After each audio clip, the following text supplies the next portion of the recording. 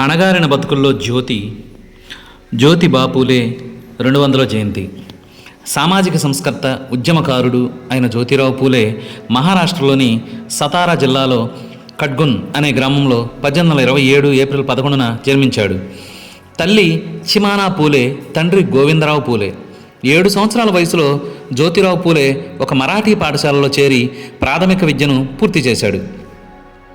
అయితే మనుధర్మశాస్త్రం ప్రకారం బ్రాహ్మణులు మాత్రమే చదువుకోవాలని, తక్కువ కులాల వాళ్ళు చదువుకోరాదని, చదువుకుంటే కుర్రాడు చెడిపోతాడని ఆనాటి పెత్తందారులు కొందరు తండ్రి గోవిందరావుకు నూరిపోశారు. దాంతో జ్యోతిరావు చదువుకుంటూ కుంటుపడింది.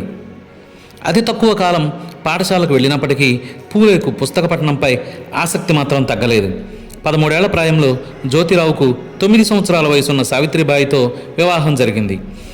జ్యోతిబాకు చదువు పట్ల ఉన్న ఆసక్తి గమనించిన గఫర్ బేగ్ అనే ముస్లిం ఉపాధ్యాయుడు ఇంటి ప్రక్కనే ఉండే విజిత్ అనే క్రైస్తవ పెద్ద మనిషి గోవిందరావును ఒప్పించి జ్యోతిరావు చదువు కొనసాగించేందుకు తోడ్పడ్డారు.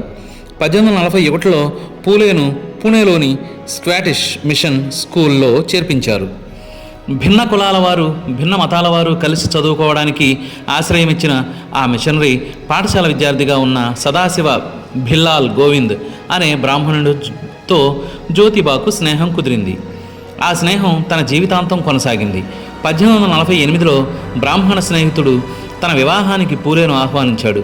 పూలే మాలీ కులానికి చెందినటువంటి వాడు కావడం వల్ల ఆ వివాహంలో పూలేకు కుల వివక్ష ఎదురయ్యింది. ఆ క్షణం నుంచి కుల వివక్షపై పోరాడాలని నిశ్చయించుకున్నాడు. జ్ఞానం అనేది ఏ ఒక్కరి సొత్తు కాదన్నాడు. జ్ఞానాన్ని కొన్ని కులాల వాళ్ళు మాత్రమే సంపాదించాలి అనే ఛాందస్య సిద్ధాంతాన్ని పూలే వ్యతిరేకించాడు. సమాజంలో సగభాగంగా ఉన్న స్త్రీలు చదువుకోకపోతే సమాజం అభివృద్ధి చెందదని పూలే భావించాడు.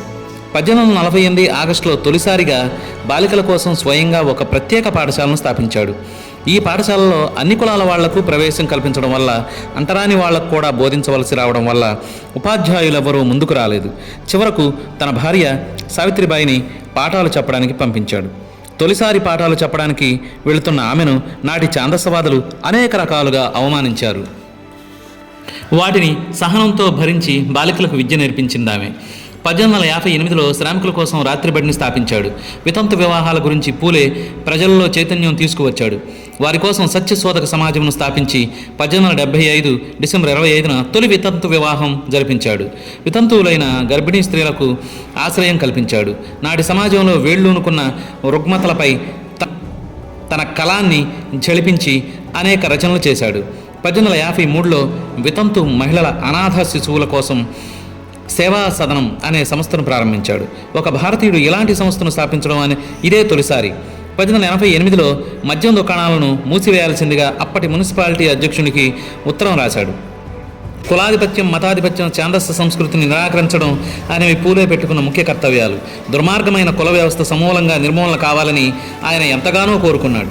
బ్రిటిష్ వలసవాదులకు వ్యతిరేకంగా పోరాటం చేశాడు పూలే. దీర్ఘకాలిక జబ్బుతో బాధపడుతూ కూడా నిరంతరం సమసమాజ స్థాపన కోసం పరితపించిన మహాత్మా జ్యోతిరావు పూలే 1890 నవంబర్ 28న తనువు చాలించాడు. చిన్న వయసులోనే విద్యాగంధాన్ని వెదజల్లడానికి అంకితమైన జ్యోతిబా, సావిత్రిబాయి పూలే దంపతులను నేటి యువత స్ఫూర్తిగా తీసుకోవాలి.